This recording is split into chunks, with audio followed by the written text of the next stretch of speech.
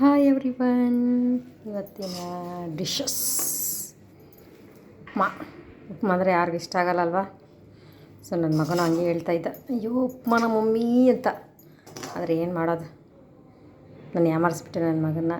ಅಯ್ಯೋ ಯಾವಾಗ ಒಂದೇ ಡೈಟ್ ತಿನ್ಬಾರ್ದು ಮಗನೇ, ಲೈಟ್ ವೇಟ್ ಡೈಟ್ ಕೂಡ ತಿನ್ಬೋದು ಅಂತಂದ ತಕ್ಷಣ ಪಾಪ ಯಾಮಾರ್ಬಿಟ್ಟೆ. ಓಕೆ ಮಮ್ಮಿ ಅಂತ ಹೇಳ್ಬಿಟ್ಟು ಅವ್ರ ಅಕ್ಕನಿಗೂ ಹಂಗೆ ಹೇಳ್ತಾ ಇದ್ದಾನೆ, ಮಮ್ಮಿ ಉಪ್ಮಾ ಮಾಡಿದ್ದಾರೆ ಲೈಟ್ ಡೈಟ್ ಅಂತ, ತಿನ್ನೋಣ ಅಕ್ಕ ಅಂತ ಹೇಳ್ಬಿಟ್ಟು. ಹಾಗೆ ಇನ್ನೊಂದು ಡಿಶಸ್ ತೋರಿಸ್ತೀನಿ. ಡಿಶಸ್ ನೋಡಿ, ಸಾಂಬಾರು ಬೀನ್ಸ್ ಹಾಕಿ ಬೇಳೆ ಹಾಕಿ ಮಾಡಿದ್ದೀನಿ.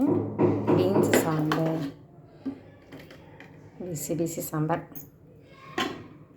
ಹೇಗಿದೆ. ಹಾಗೆ ಮತ್ತೆ ಡಿಶ್ ತೋರಿಸ್ತೀನಿ.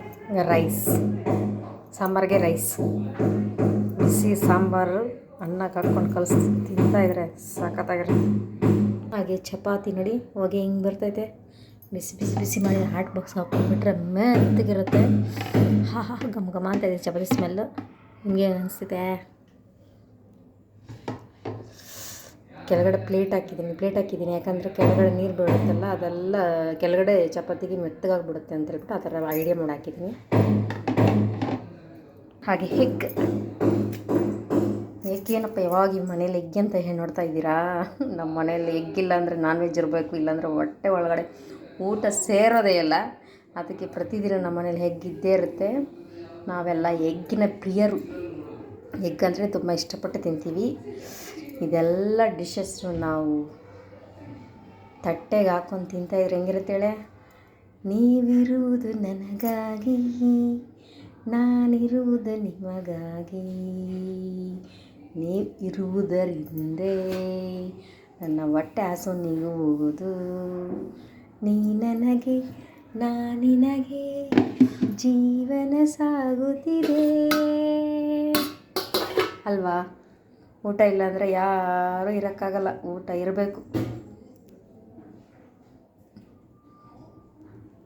ಊಟ ಅಂದ ತಕ್ಷಣ ನೆನಪಾಗುತ್ತೆ ನನಗೆ, ನಮ್ಮ ಸರ್ ಟೀಚರ್ ಹೇಳೋರು ಶಾಲೆಯಲ್ಲಿ, ಊಟಕ್ಕೋಸ್ಕರ ಬದುಕಬಾರ್ದು, ಬದುಕೋಕ್ಕೋಸ್ಕರ ಊಟ ಮಾಡಬೇಕಂತ ಹೇಳ್ಬಿಟ್ಟು ಅದು ನೆನಪಾಗ್ತಿರುತ್ತೆ ನನಗೆ.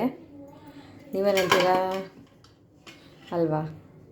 ಊಟ ಬಲ್ಲವನಿಗೆ ರೋಗವಿಲ್ಲ, ಮಾತು ಬಲ್ಲವನಿಗೆ ಜಗಳವಿಲ್ಲ, ಆರೋಗ್ಯವೇ ಮಹಾಭಾಗ್ಯ, ಹೆಲ್ತ್ ಈಸ್ ವೆಲ್ತ್.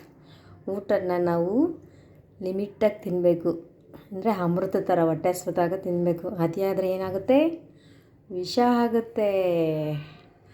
ಹಾಗೆ ಹೇಗನ್ನಿಸ್ತಿದೆ? ಬಾಯ್.